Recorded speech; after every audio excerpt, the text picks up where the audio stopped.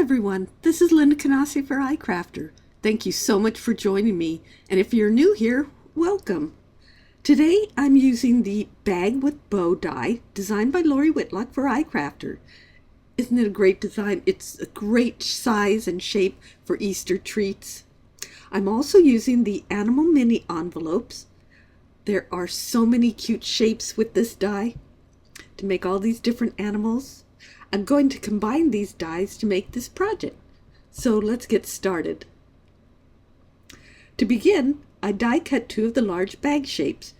There is a glue tab on the sides, and you can see I'll overlap them right here. So I'm going to fold this back.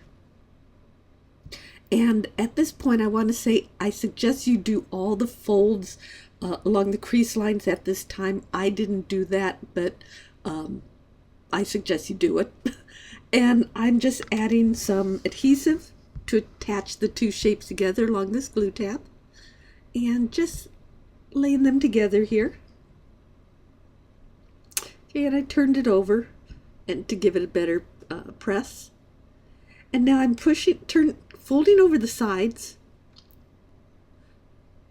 And again, I'm folding over this little glue tab. And this is where I recommend the iPress burnisher to really give the folds a good crisp press here. Comes in so handy. So now I'm folding over the left side. And you see the glue tab there, and folding over the right side. And I'm just going to add some adhesive again along the glue tab, and I'm just going to close it up. And I find pressing it again with the iPress burnisher makes sure everything sticks together and has a nice crisp fold. So now you can see on the sides there are these gussets. There's a vertical part and then two angular pieces. Now I'm just going to start pressing the crease lines. And I'm doing it gently just to suggest to the folds where they go.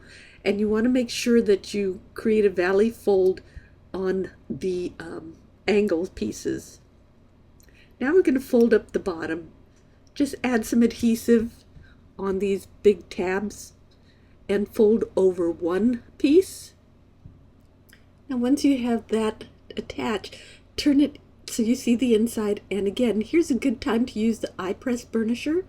It presses down into those tight little areas with a nice 90-degree angle on that edge there, and it folds it down real nicely. Now I'm going to add adhesive to the other big, to hold down the other big flap.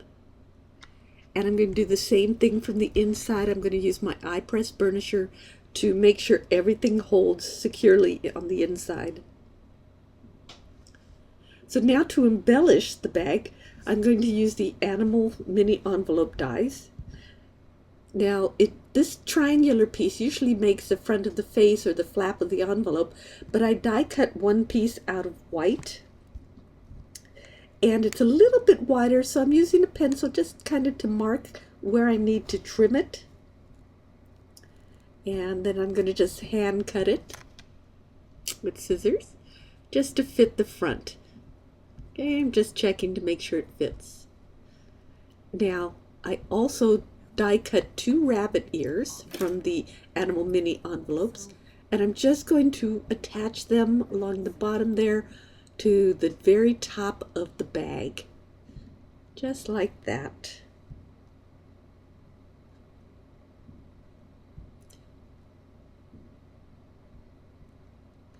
Now on the triangle piece, I'm going to put adhesive around the edges, and I want to avoid the center so that it doesn't, because the handle hold is there. So now I'm just going to attach it right along the top like that.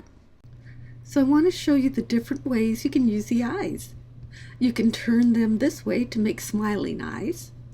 You can rotate them and move them around to make sleepy eyes.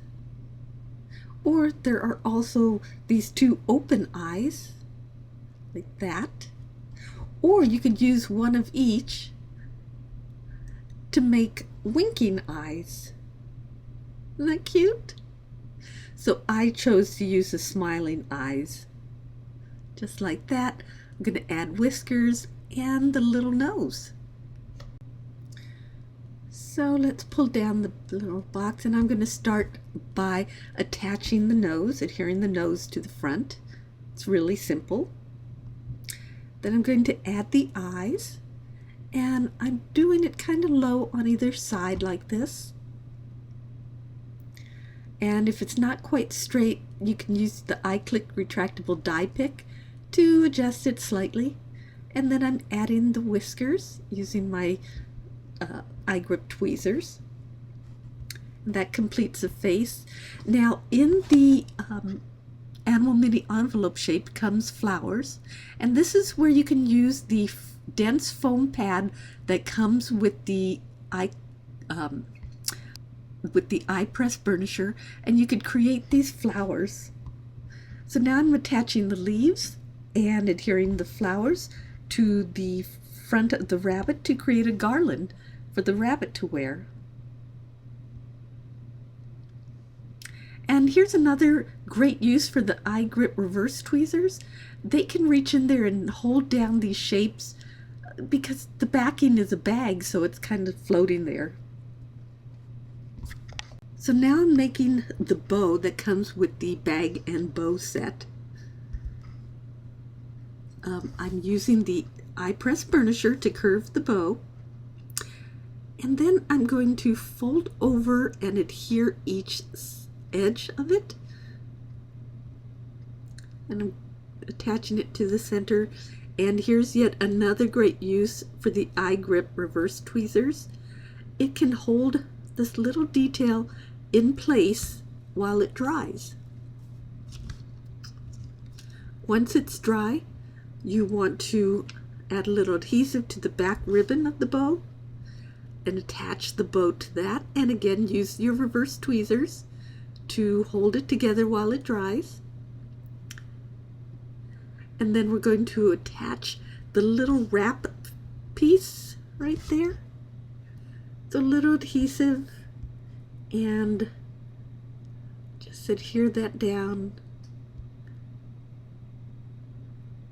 Hold it with the reverse tweezers again until it dries.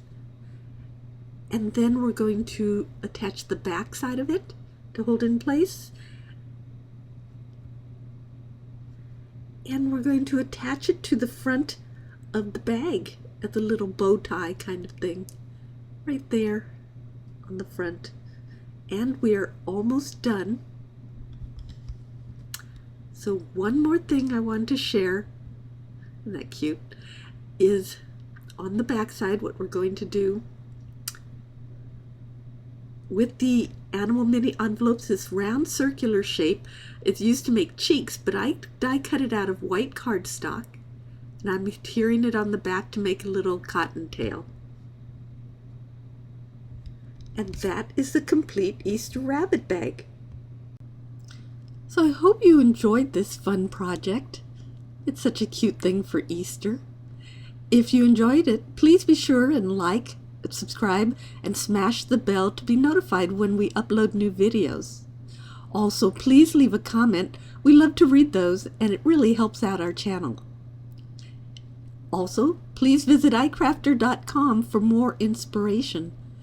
Thank you so much for watching, and I hope to see you in our next video. Bye!